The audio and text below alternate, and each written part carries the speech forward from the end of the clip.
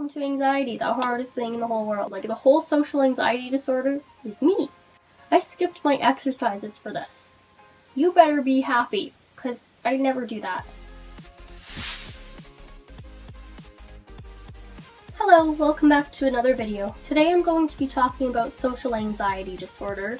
I'm sorry if the lighting is off, or if I stutter a lot, or about anything else. It's 12:33 a.m. on August 11th, which is, I guess it's now Friday. Social anxiety disorder, also known as SAD, I think I've seen it a few times somewhere, or it was previously known as social phobia, is the fear of being judged by people or embarrassing themselves by saying the wrong thing.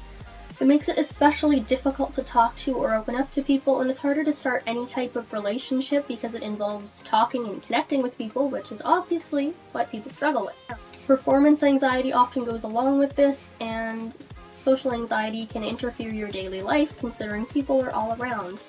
You might avoid or dread going to school, work, or just going out in general. For me, especially in grade 7, I would dread school and I wouldn't try to avoid it. I really did try to do my best, but it was not fun. I'm going to begin with a myth because I thought it was interesting as I was looking things up, some information up. So, myth. People with social anxiety disorder are shy, and shy people have social anxiety. They don't. Here are the differences. Shy people tend to live more of a normal, everyday, regular life and are not so impacted by it. So social anxiety disorder is more severe. And shyness is a personality trait. Social anxiety disorder is a mental illness causing fear and especially avoidance in things people even want to participate in and are anxious rather than simply awkward or a little nervous. And people with social anxiety disorder can be shy or they can be extroverted. It's a personality thing, and anxiety is not your personality. But shy people don't always have social anxiety disorder. I hope that makes sense. I know personally that I'm both shy and I have social anxiety disorder. I've always been quiet and more introverted around everyone, but talking in general also gives me extreme anxiety. Now I'll talk about my experiences with social anxiety disorder. I personally struggle with almost anything related to talking to people or speaking or fear of being judged. I mostly struggle with small talk, carrying conversations, approaching people, or especially initiating conversations, public speaking, presentations, performance anxiety, etc. Pretty much literally any social situation causes me anxiety.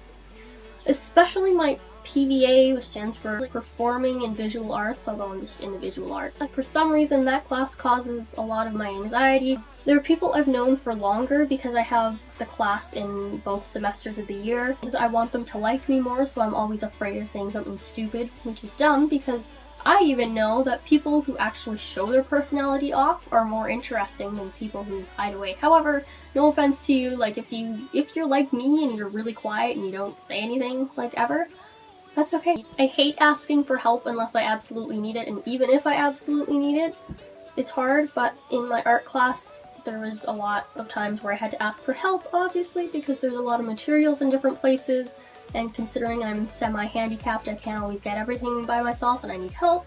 And one time, I think it was first semester of grade 10, I was working on watercolor and I needed a cup of water to do watercolor, but I sat there for 20 minutes uncomfortably, trying to make it look like I was doing things even though there wasn't a whole lot I could do without water.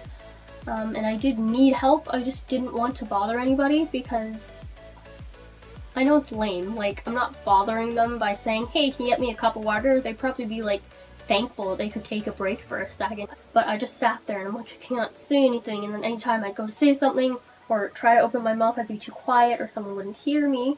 And I wouldn't want to say it again if someone couldn't hear me, because then if somebody else heard me but didn't hear me clear enough because I was talking to a specific person or whatever, it takes time away from me actually working on my art just because I was too anxious. And then finally the teacher came back, who I'm more comfortable talking to apparently. And this was kind of condescending, but I know she didn't mean it that way. She's really sweet. But she said, like, it was kind of like, oh, like, I'm sorry for you, like, did you not ask for help? I couldn't get up and get it at the time because I was like sitting in a wheelchair. Fun stuff. Relying on my mom and aunt to drive me around the school all day. Yeah, those are good times. They'll make for some good stories eventually. I have very few friends, and I always have had very little. They're probably also not very close because I want to avoid any confrontation I possibly can. Like, I don't understand how to properly do it so it makes sense. I can't just be like, and everything terrible is happening in my life. Because then people are like, oh, whoa, I don't know how to deal with that. I'm sorry, man. Because I would do the same thing and be like, I can't help you. I'm rambling, and I don't know if any of this makes sense at all because I don't even know what I'm talking about. Also, this is an interesting thing. I didn't add this to my script, but I just thought about it right now because when I'm talking, I seem to forget anything that I'm thinking about. Here, I lost my train of thought again. That's great.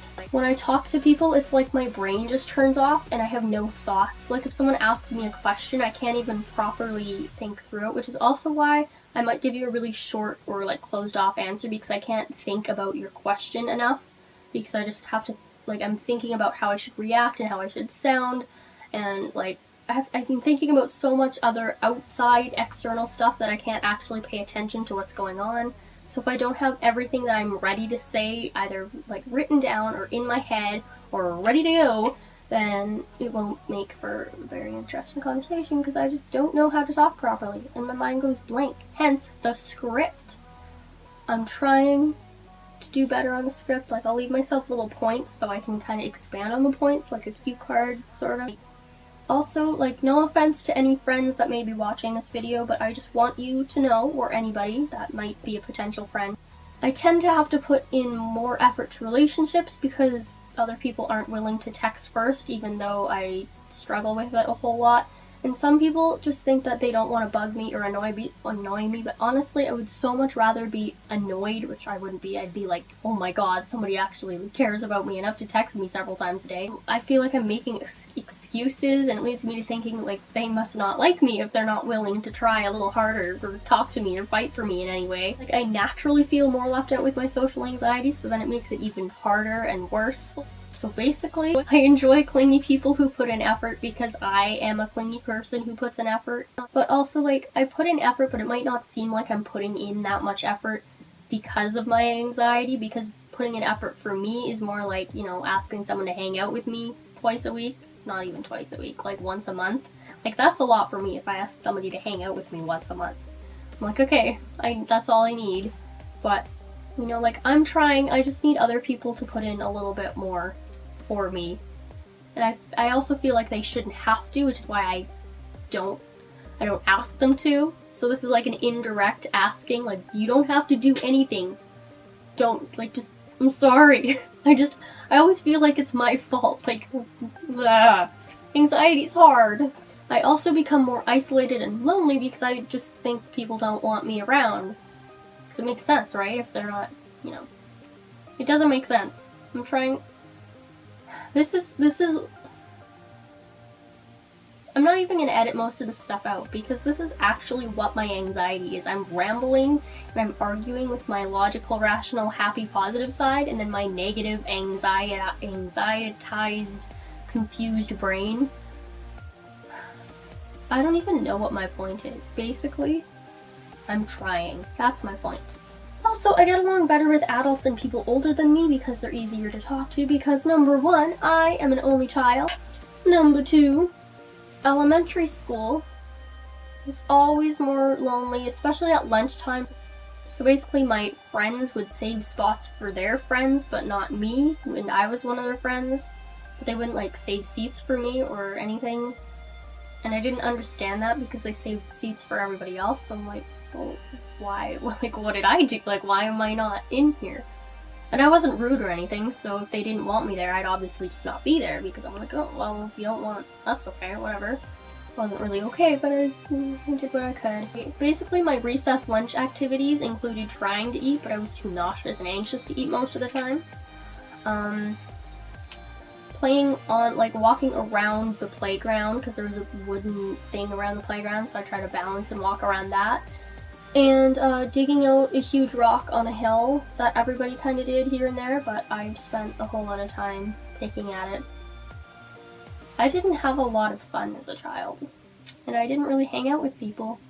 because I didn't like their stupid games that they'd play. Like, let's pretend to be this. And I'm always more of a realist person. Like, well, why pretend? Like, we're not this.